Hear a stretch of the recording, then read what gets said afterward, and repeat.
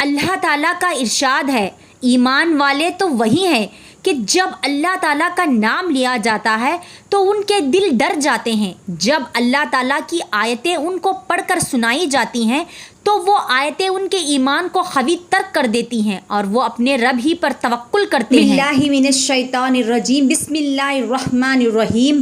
شروع اللہ کے نام سے جو بڑا مہربان نہایت رحم والا ہے۔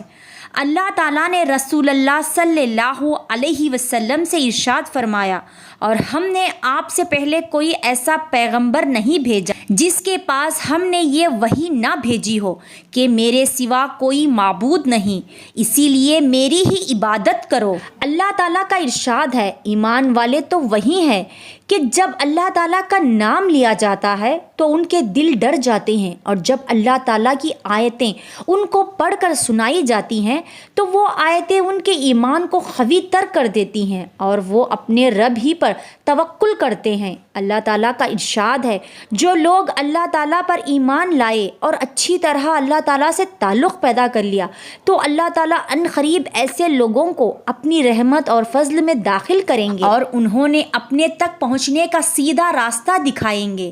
اللہ تعالیٰ کا ارشاد ہے، بے شک ہم اپنے رسولوں اور ایمان والوں کی دنیا کی زندگی میں بھی مدد کرتے ہیں اور قیامت کے دن بھی مدد کریں گے، جس دن اعمال لکھنے والے فرشتے گواہی دینے کھڑے ہوں گے۔ اللہ تعالیٰ کا ارشاد ہے، جو لوگ ایمان لائے اور انہوں نے اپنے ایمان میں شرک کی ملاوٹ نہیں کی، امن انہی کے لیے ہے اور یہی لوگ ہدایت پر ہیں۔ اللہ تعالیٰ نے رسول اللہ صلی اللہ علیہ وسلم سے ارشاد فرمایا، آپ فرما دیجئے کہ بے شک میری نماز اور میری ہر عبادت، میرا جینا اور مرنا سب کچھ اللہ تعالیٰ ہی کے لیے ہے جو سارے جہاں کے پالنے والے ہیں۔ حضرت ابو ہریرہ رضی اللہ تعالیٰ عنہ سے روایت ہے کہ رسول اللہ صلی اللہ علیہ وسلم نے ارشاد فرمایا، ایمان کی 70 سے بھی زیادہ شاخیں ہیں، ان میں سے سب سے افضل شاخ لا الہ الا اللہ کا کہنا ہے، اور ادنی شاخ تکلیف دینے والی چیز کا راستے سے ہٹانا ہے، اور حیا ایمان کی ایک اہم شاخ ہے۔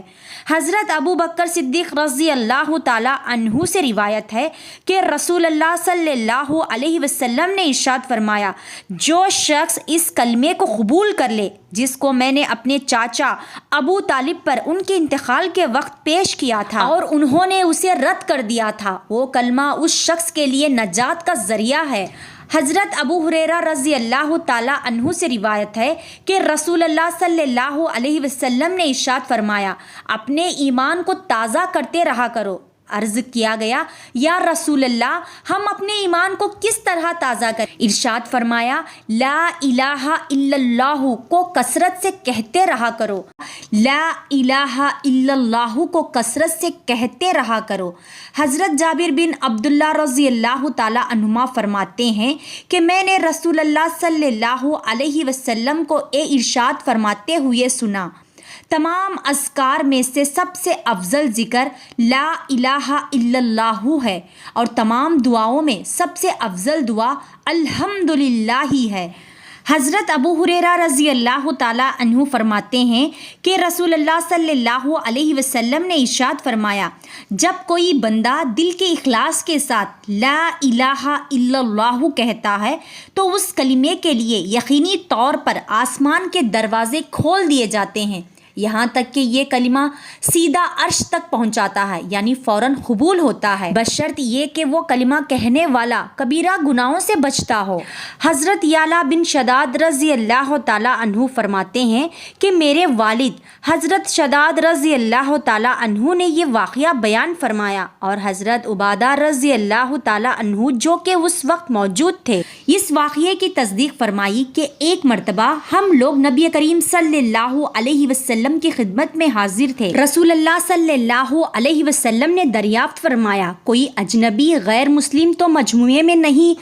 ہم نے عرض کیا، کوئی نہیں۔ ارشاد فرمایا، دروازے بند کر دو۔ اس کے بعد ارشاد فرمایا، ہاتھ اٹھاؤ اور کہو لا الہ الا اللہ۔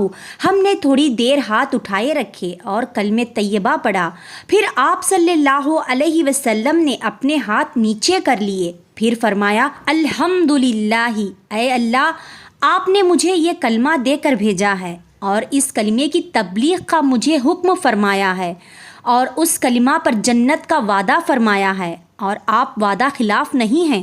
اس کے بعد رسول اللہ صلی اللہ علیہ وسلم نے ہم سے فرمایا، خوش ہو جاؤ، اللہ تعالیٰ نے تمہاری مغفرت فرما دی۔ حضرت ابو ذر رضی اللہ تعالیٰ عنہ سے روایت ہے کہ نبی کریم صلی اللہ علیہ وسلم نے ارشاد فرمایا، جو بندہ لا الہ الا اللہ کہا اور پھر اسی پر اسی کی موت آ جائے تو وہ جنت میں ضرور جائے گا۔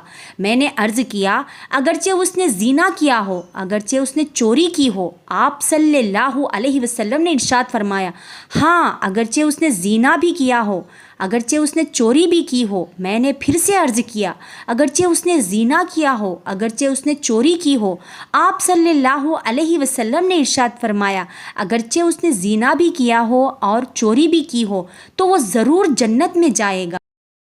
عربی زبان کا ایک خاص محاورہ ہے، اس کا مطلب یہ ہے کہ اگر تمہارے یہ کام ناگوار بھی ہو اور تم اس کا نہ ہونا بھی چاہتے، وہ تب بھی ہو کر رہے گا۔ حضرت ابو ذر رضی اللہ تعالیٰ عنہ کو حیرت تھی کہ اتنے بڑے بڑے گناہوں کے باوجود جنت میں کیسے داخل ہوگا، جبکہ عدل کا تقاضا یہی ہے کہ گناہوں پر سزا دی جائے۔ لہٰذا نبی اکرم صلی اللہ علیہ وسلم نے ان کی حیرت دور کرنے کے لیے فرمایا، کتنا ہی ناگوار گزرے وہ جنت میں ضرور داخل ہوگا۔ اب اگر اس نے گناہ بھی کیے ہوں گے تو ایمان کے تقاضے سے وہ توبہ استغفار کرے، گناہ معاف کر لے گا، یا اللہ تعالیٰ اپنے فضل سے معاف فرما کر بغیر کسی عذاب کے ہی یا گناہوں کے سزا دینے کے بعد بہرحال جنت میں ضرور داخل فرما دیں گے۔ علماء نے لکھا ہے کہ اس حدیث شریف میں کلمہ لا الہ الا اللہ کہنے سے مراد پورے دین و توحید پر ایمان لانا ہے اور اس کو اختیار کرنا ہے۔ حضرت عبداللہ بن عمر رضی اللہ تعالیٰ عنہما سے روایت ہے کہ رسول اللہ صلی اللہ علیہ وسلم نے ارشاد فرمایا، کیا میں تمہیں وہ وصیت نہ بتاؤں جو حضرت نوح علیہ السلام نے اپنے بیٹے کو کی تھی؟ صحابہ رضی اللہ تعالیٰ عنہ نے عرض کیا، ضرور بتائیے۔ حضرت نوح علیہ السلام نے اپنے بیٹے کو وصیت میں فرمایا، میرے بیٹے، تم کو 2 کام کرنے کی وصیت کرتا ہوں اور 2 کاموں سے روکتا ہوں۔ ایک تو میں تمہیں لا الہ الا اللہ کو کہنے کا حکم کرتا ہوں، کیونکہ اگر یہ کلمہ ایک پلٹے میں رکھ دیا جائے اور تمام آسمان و زمین کو دوسرے پلڑے میں رکھ دیا جائے تو کلمہ والا پلڑا جھک جائے گا، اور اگر تمام آسمان و زمین کا ایک گہرا ہو جائے تو بھی یہ کلمہ اس گھیرے کو توڑ کر اللہ تعالیٰ تک پہنچ کر رہے گا۔ دوسری چیز جس کا حکم دیتا ہوں وہ سبحان اللہ العظیم و بحمدہ کا پڑھنا، کیونکہ یہ تمام مخلوق کی عبادت ہے اور اسی کی برکت سے مخلوقات کو روزی دی جاتی ہے۔ اور میں تم کو 2 باتوں سے روکتا ہوں، شرک سے اور تکبر سے، کیونکہ یہ دونوں برائیاں بندے کو اللہ تعالیٰ سے دور کر دیتی ہیں۔ حضرت انس رضی اللہ تعالیٰ عنہ سے روایت ہے کہ رسول اللہ صلی اللہ علیہ وسلم نے ارشاد فرمایا، ہر وہ شخص جہنم سے نکالے گا جس نے لا الہ الا اللہ کہا ہوگا اور اس کے دل میں ایک جوا کے وزن کے برابر بھی بھلائی ہوگی، یعنی ایمان ہوگا۔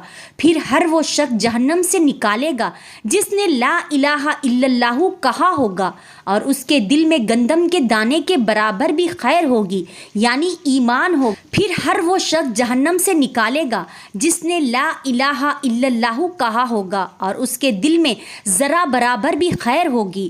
سبحان اللہ۔ حضور صلی اللہ علیہ وسلم نے فرمایا، آباد رہے وہ شخص جو میرے حدیث کو سن کر دوسروں تک پہنچائے۔ ناظرین، آپ کے اس ایک بار بھی شیئر کرنے کی وجہ سے جتنے لوگ بھی اس حدیث کو پڑھیں گے، یعنی کلمہ طیبہ کو پڑھیں گے، جتنا ثواب ان کو ملے گا انشاءاللہ اتنا ہی ثواب آپ کو بھی ملے گا۔ آپ اس حدیث کو ضرور شیئر کریں۔ امید کرتی ہوں کہ آج کی میری یہ حدیث آپ کو پسند آئی ہو۔ ضرور ویڈیو کو لائک کریں، شیئر کریں اور ہمارے چینل نبی کی سنتوں کو لازمی سبسکرائب کریں۔ اللہ حافظ۔